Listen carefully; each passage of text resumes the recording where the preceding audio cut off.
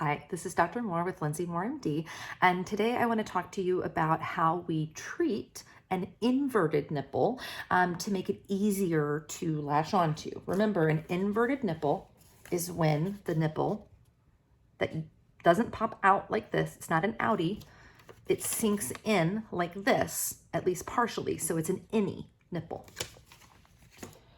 And it's a true inverted nipple if you do your gentle pinch test, right? See our other videos for that. But if you do the gentle pinch test and your inverted nipple stays inverted, and innie stays an innie, it doesn't come out, then we're talking about a more likely true inverted nipple with tethers. A truly inverted nipple that is tethered all the way down and you can't get back out again with gentle maneuvers we're going to talk about shortly, then that's probably from scar or connective tissue. And the only treatment that can really be done to make that innie turn into an outie is to have a surgical procedure that will cut those connective tissue tethers. But please keep this in mind, be careful. Having that surgery done can make it impossible or very difficult to breastfeed because it can damage the milk ducts that are nearby and necessary to let the milk exit the breast in the future, and it can cause scarring that can also cause problems with breastfeeding. So just not something that I would recommend doing until after you've breastfed, even if it turns out the inverted nipple is keeping you from successfully breastfeeding. It's just something to talk about with your specialist. So what else can we do? If it turns out that we can treat your nipple and help it become more of an outie again, things I don't want you to do.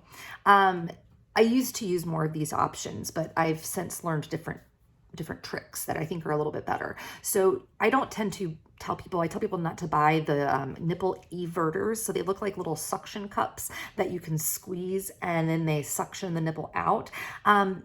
Yes, it may pull the nipple out and that's great, but it can also lead to swelling and inflammation around that area and behind it, which can then just backfire and cause it to be even more difficult to latch. So I don't want to cause that kind of damage. The other things that we used to advise a lot of the times were what we called shells. So this, without talking about brand names, this is a breast shell. They have like this, where there's a small nipple section. They have versions that are a larger hole for the nipple to sit in. And then there are also versions that come as a bigger cup, right? Like this. And those have sometimes a softer silicone, supposed to be gentler hole for the nipple. The way these work basically is this. You take the nipple that you're trying to poke out, we'll pretend it's in, and you take the shell and you place it over that nipple, right? So the idea is that this puts gentle pressure around the nipple and then makes it pop forward. That's fantastic, but here's the problem we sometimes see.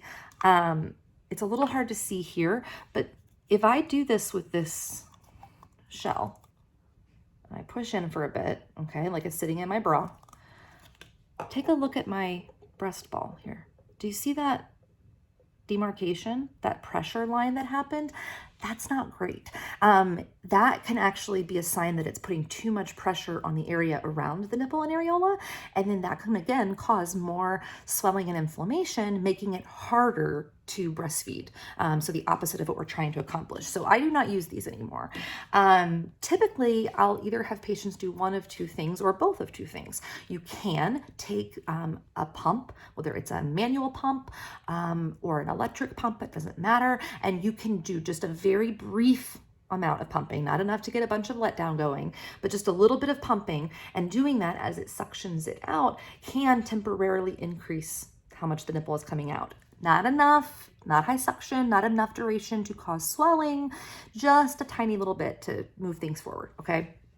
The other thing that is the most common thing I do is helping people get their swelling that is happening around this area, making the problem worse or making it look like there's a problem at all, to go away. So for that, you go back to our other videos, things like lymphatic drainage, reverse pressure softening, some very gentle techniques that will help you get a deeper latch after the swelling moves out of the way.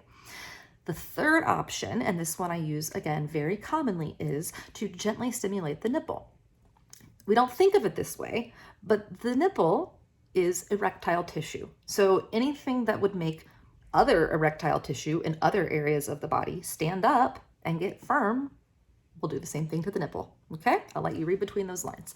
So if my nipple is inverted or flat and it's just not coming out, then you can gently, just very gently roll the nipple. You're not pinching hard, very gently, right? Whatever gets it to stand up for a little bit. Okay, so that is the best tips I can give you. A tiny little bit of a pump before you latch if necessary. Doing a little bit of gentle stimulation to the nipple to make it stand up because it's erectile tissue, and doing the techniques like the tippy tappies and the other lymphatic drainage methods I teach to get the swelling back and help the swelling move away from the nipple, like with reverse pressure softening, to help you latch more deeply.